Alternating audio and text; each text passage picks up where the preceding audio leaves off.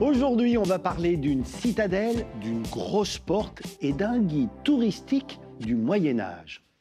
Direction Parthenay, dans les Deux-Sèvres, labellisée ville d'art et d'histoire. Un titre justifié par le riche patrimoine de cette cité médiévale, bâtie sur un éperon rocheux autour d'un immense château fort qui a été totalement rasé il y a 200 ans. Le joyau de la ville, le voici, la porte Saint-Jacques édifiée au XIIIe siècle. Un patrimoine rare car l'immense majorité des portes fortifiées a été détruite à l'époque moderne pour faciliter les accès au centre-ville. Le cœur de Parthenay a conservé ses maisons du Moyen-Âge à pans de bois avec des poutres maîtresses très joliment sculptées. On en compte plus d'une centaine.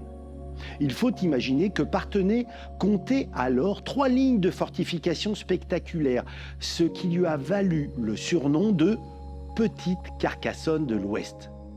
Parthenay est par ailleurs la ville de naissance d'un certain Aymeri Picot. Son nom ne vous dit rien, mais ce moine est l'auteur au XIIe siècle d'un ouvrage consacré au pèlerinage vers Saint-Jacques-de-Compostelle que certains considèrent comme l'ancêtre du guide du routard.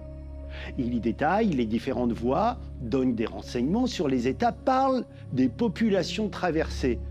Son auteur ne tarit pas d'éloges sur le pays poitevin dont il est originaire. À l'inverse, des Bordelais ou des Basques qu'il décrit comme des barbares et des ivrognes, preuve que l'on peut être un religieux et avoir en même temps une certaine mauvaise foi.